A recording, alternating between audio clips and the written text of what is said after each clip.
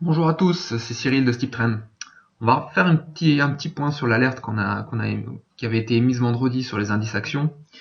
Tout simplement pour vous montrer finalement que sur beaucoup d'indices, surtout sur l'indice phare européen, l'Eurostoxx 50, on est sur une zone de résistance vraiment clé très importante et que on peut pas exclure forcément la cassure à la hausse de cette résistance.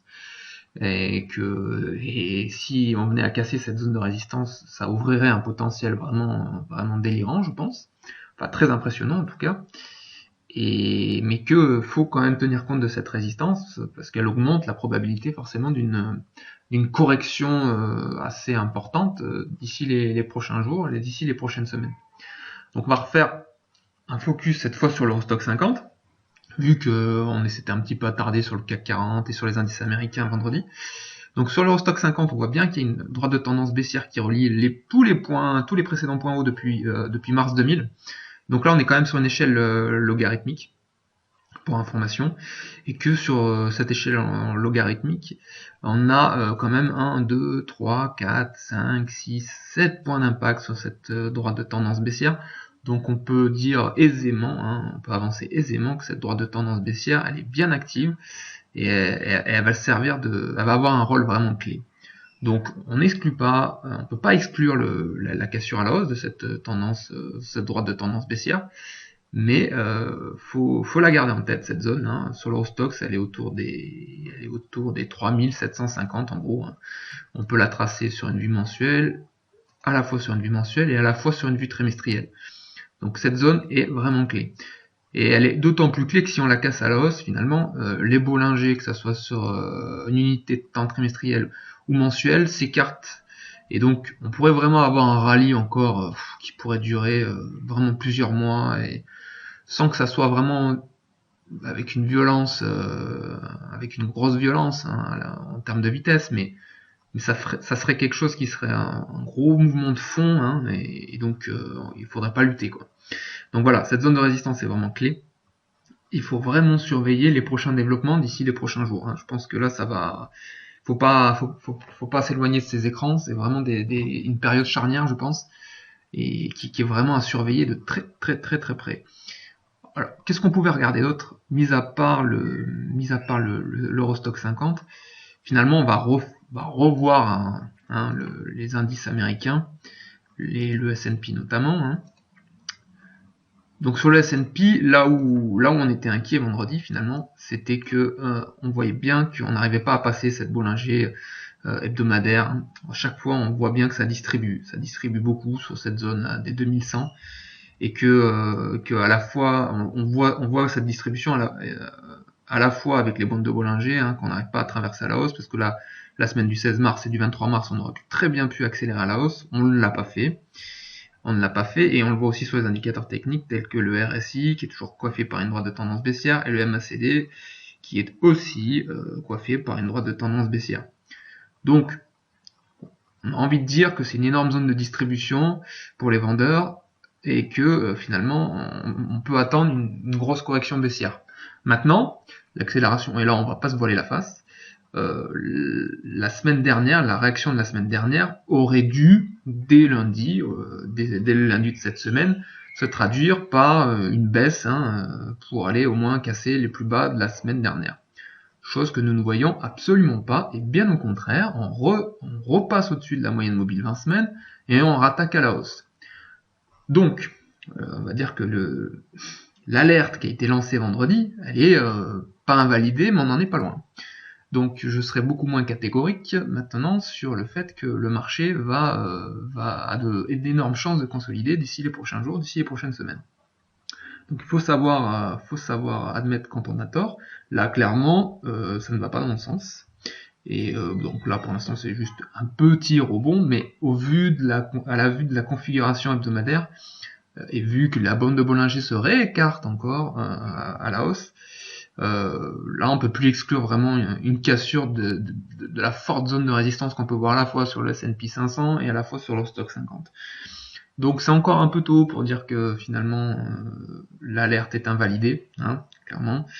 C'est vraiment trop tôt, mais il faut pas. Là je pense qu'il faut se mettre off marché, il faut vraiment attendre. en tout cas pour les traders les plus actifs.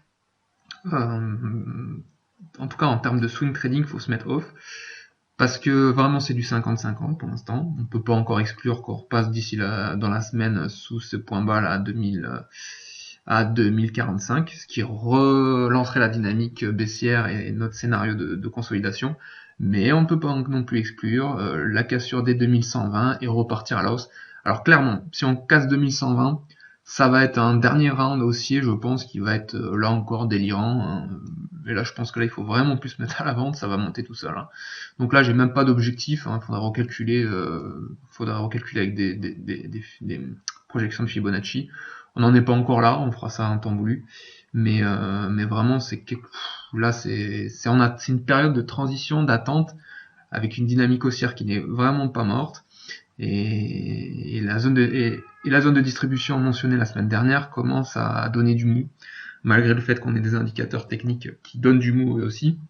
Mais si on casse les 2120, vous voyez bien qu'on va on va invalider tous les indicateurs techniques, enfin, tous les signaux, les mauvais signaux, on va dire, que nous donnaient les indicateurs techniques, tels que le RSI et le MACD.